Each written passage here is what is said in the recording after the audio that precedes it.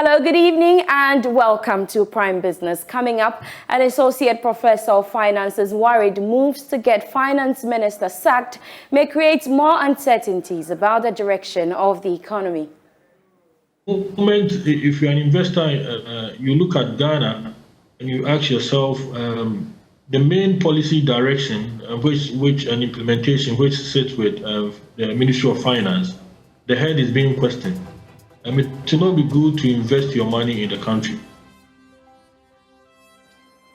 And the government statistician warns depreciating cedi could continue to negatively impact inflation as October inflation hit 40.4%. It's possible that the impact of the exchange rate will linger on for X number of months, and the definition or the determination of the X number of months is dependent on the policies that are going to come up in the next 2 months or 3 months. We have this and more in the next 30 minutes. With me, Beverly Broohm. Do stay with us.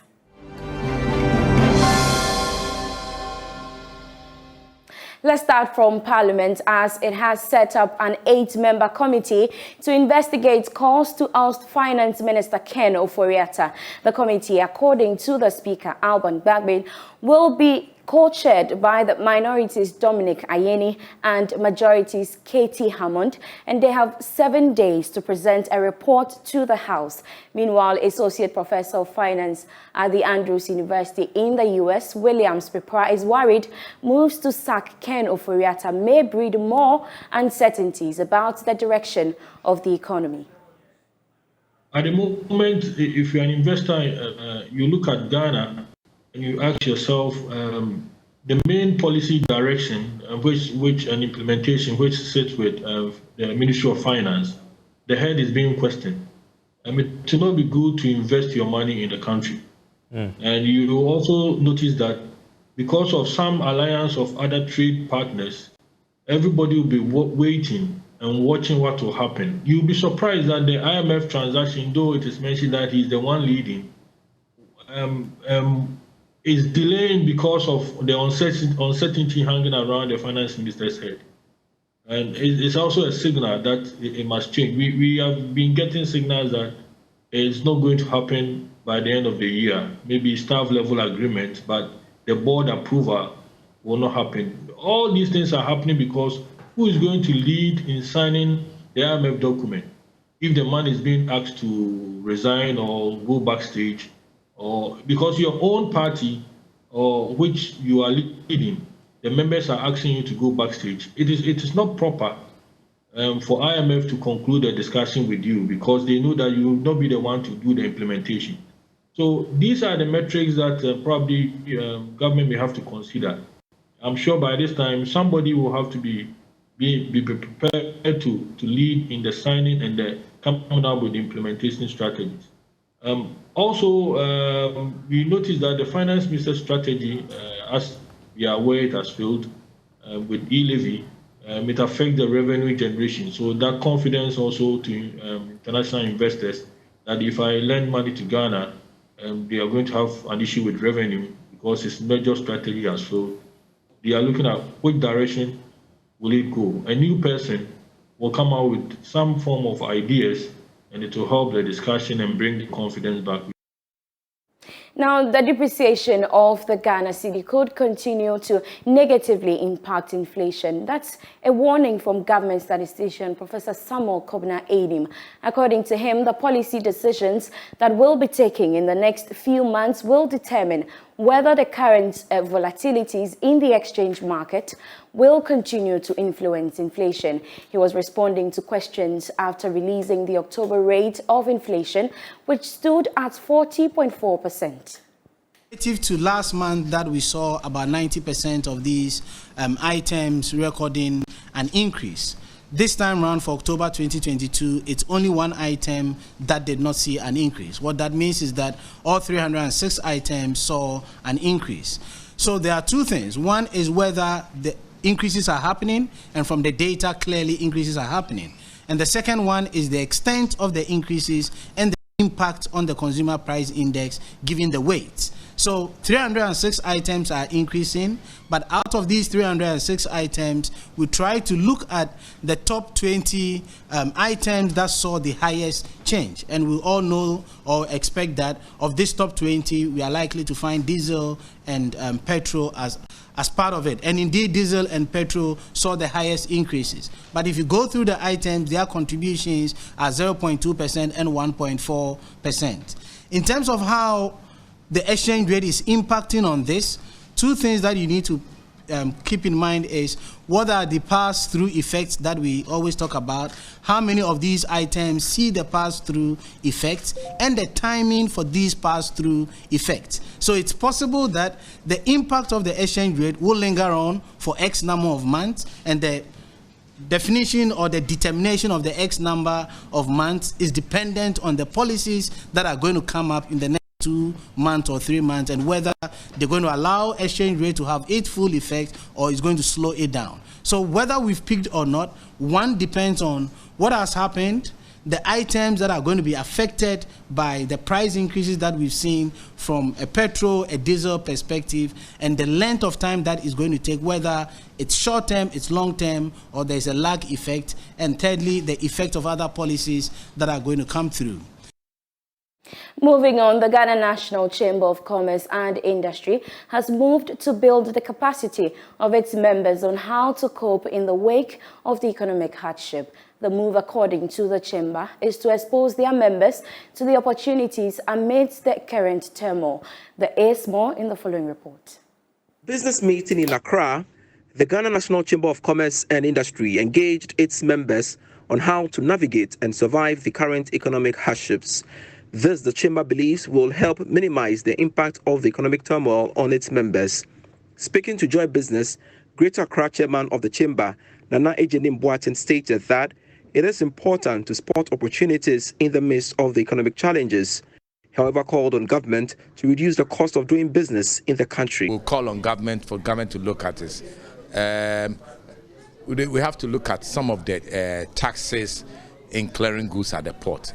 Specifically, you pay COVID-19 recovery tax, you pay disinfectant tax, GHS disinfectant tax, in there you pay AU levy, you pay ECOWAS levy.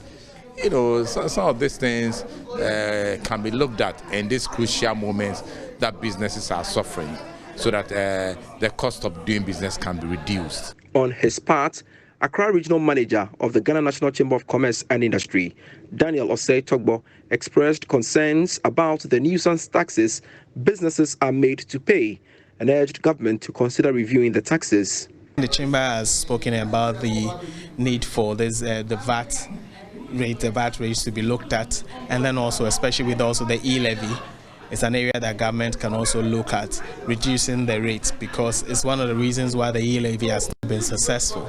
So if the government can look at the rates, moving it away from the current rate and going it gradually increasing it, so probably looking at between 0.5 to 1%. These are rates that businesses can be comfortable, individuals can also be comfortable when they are doing their transactions, and then they can use them more, and then that would bring the needed revenue for businesses.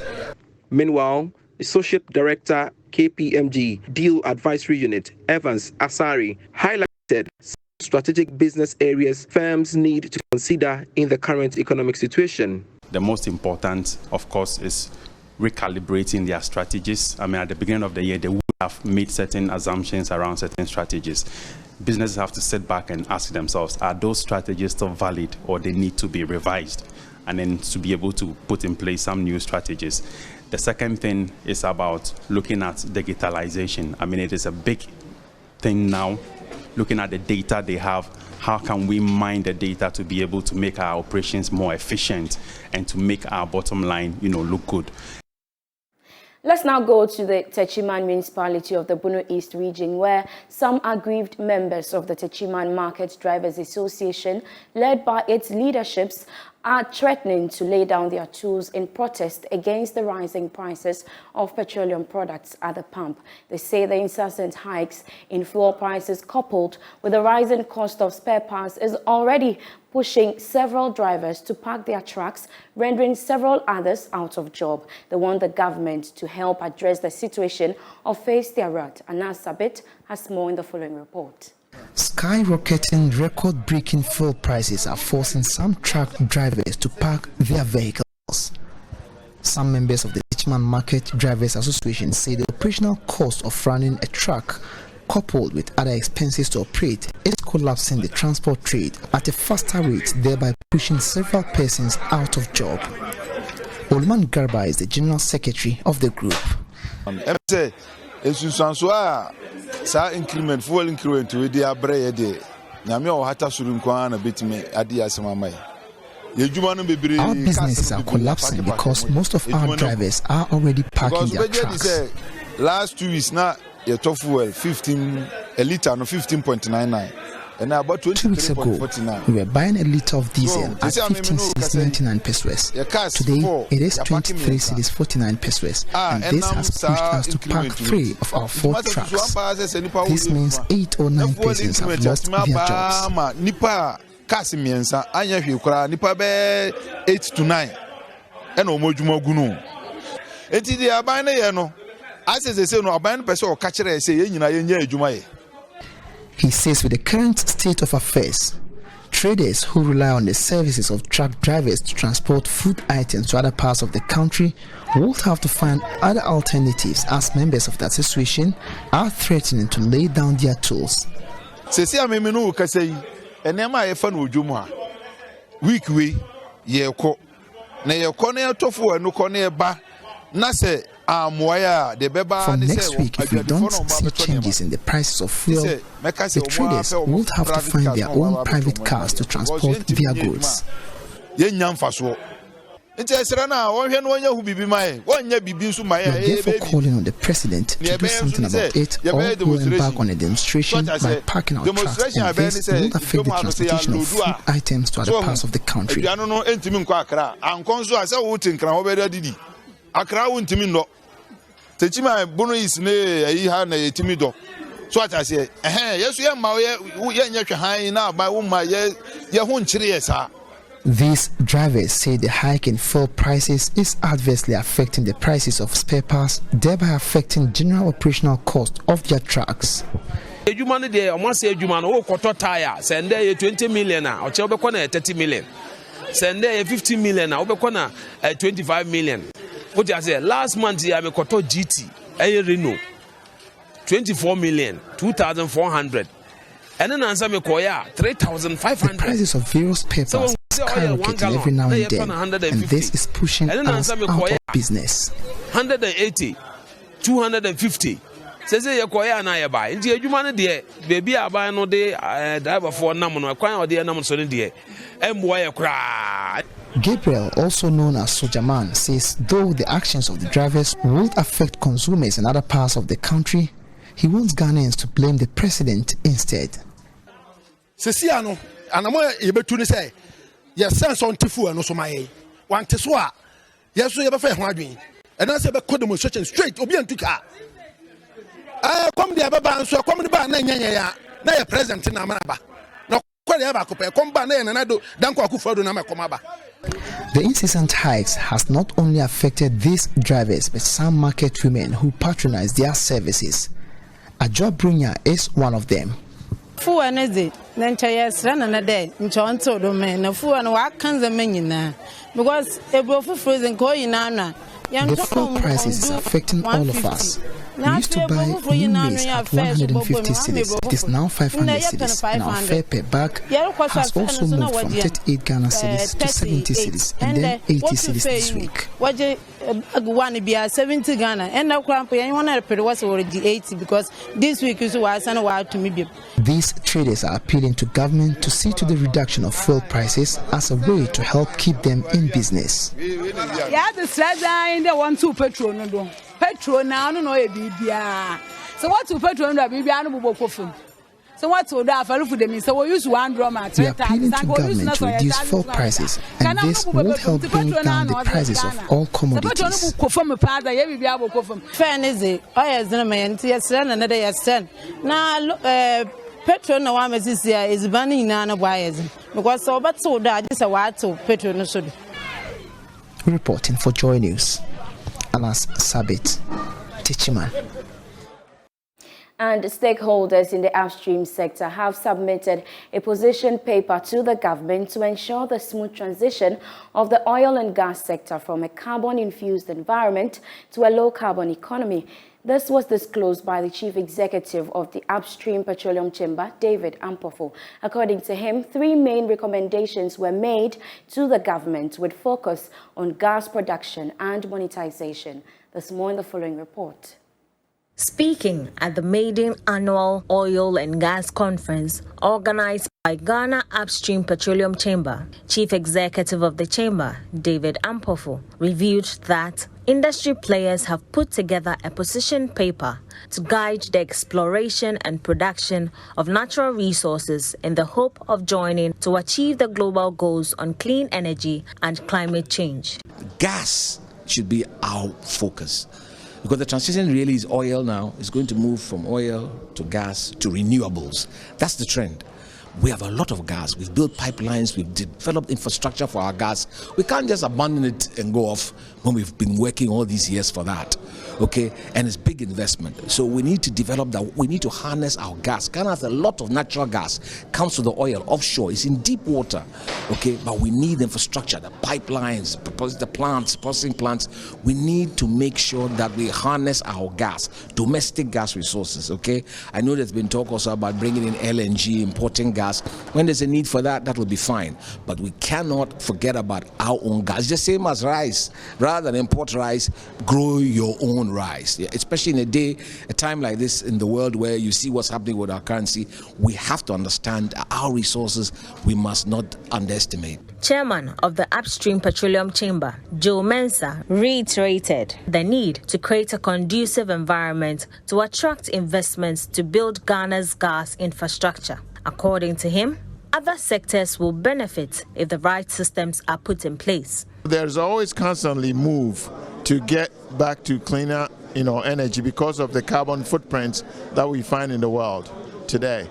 And I think that we will transition from oil to gas to renewables. And I think each transition is going to take decades. It's not something that happens overnight. It's a gradual process that will take a long period of time for us to transition. And gas is what we will use to really transform this country. There's plenty of gas in the country, and that gas could be used not only to generate, energy and keep the lights on, but also for industrialization. Fertilizer plants could be built and using all these gas, and then we can get fertilizer to really promote, agriculture and get the yield that we have to go up and up. Deputy Minister of Energy, William Oreku Edu, disclosed that ECOWAS has endorsed plans to begin the extension of the West African gas pipeline to Morocco. It is worth mentioning that the Economic Community of West Africa, ECOWAS, has endorsed plans for the extension of the West African gas pipeline along the coastline from Nigeria to Morocco, with the objective of supplying the gas demand centers along the pipeline route, as well as inland demand centers. The completion of this project will result in increased access to energy to boost the socioeconomic activities of the sub-region, enhance the integration of our economies, create a platform for intra-African trade in natural gas, while safeguarding the environment. To some other stories, Accra Brewery PLC has introduced another premium beverage called Corona Beer into the Ghanaian market. Tagged as the finest beer, Corona has 4.7% alcohol, and producers say all one needs is a wedge of lime and a bottle of Corona to disconnect from stress and have a blast. Head of marketing for Accra Brewery PLC, Chuka Nyobi, spoke to Joy Business at the launch of the beer here in Accra. Most important thing is that Corona tastes like nature. And that's why we actually, as Corona, encourage you to connect to your essential nature. So there are a couple of things that happen with Corona. On the one hand is, when you take a Corona, we encourage you to let go of everything that holds you back. So let go of like your gadgets, traffic, all them artificial things, and connect to nature. That's why we're here by the beach, on the sand. You can see how I'm dressed. So it's not about sophistication, it's about real connecting back to nature. And we also encourage you to always take a Corona with a wedge of lime in it, because the lime always makes Corona taste better, and it must be fresh, natural lime, not lime juice, but fresh, natural lime. This enables you to really connect to your essential nature. So Corona, at the end of it all, tastes just like nature. 2021-2022 National Service staff at CalBank PLC have renovated parts of the Ghana Blind Union facility in Accra. The initiative forms part of the bank's corporate social responsibility. Here's a report. Handing over the refurbished facility to the union in a short ceremony, Head of People and Culture at CalBank PLC, Samuel Kwame Boafo, described the move as a manifestation of the bank's core values. He have admonished management and students to ensure that the facility is well utilized to motivate the bank do more. For us as an institution, this is another manifestation of the core values that we have at the bank, which is entrusting us to be very responsible wherever we find ourselves. So the initiative by the service people is just a manifestation of what we live with and go by at CalBank, and trusting our employees to be very responsible wherever. They say to whom much is given, much is also expected. And these are service people from their own meager allowances putting it together to help make their work easy. The little that they expect from the management here is to ensure that they put the facility to a very good use so that it can last for a lot more students to also benefit from. And then based on how they use it, maybe we can also go back to the larger employees to say, let's come back and assist them some more. President of the CalBank NSS staff, Godfrey Tamaklo, expressed joy at the opportunity to support a cause that will affect lives positively. This actually gives me so much joy. It actually elates my soul to be able to touch lives and then affect them positively, because setting up an environment or a society where everyone could live peacefully and live comfortably, it's a goal that we all have to aspire for, because when you are visually impaired, that doesn't mean that you should stay in a settlement where you could endanger yourself or anything. We have to make sure that they all live comfortably, most importantly comfortably, so that they can actually take care of themselves and have a good atmosphere to be able to foster forward and then learn their trade. Speaking on behalf of the Ghana Blind Union, Abdul Hamid thanked CalBank PLC for the kind gesture and called on corporate Ghana to follow suit. We are thanking you, and on behalf of my colleagues and I, we promise that we are going to put it into good use and also maintain the place till we leave here. And I hope and pray those who will come after us will also maintain that place. And I also want to inform you that we still need more. Most of my colleagues don't have the tools we use to work with, like laptops, smartphones. I want you to take this message out there to corporate Ghana. If they can come to help us with those things, we'll be grateful. On that note, we end Prime Business here on the Joy News channel. For more news, you can log on to myjoyonline.com/business. My name is Beverly Broohm. I leave.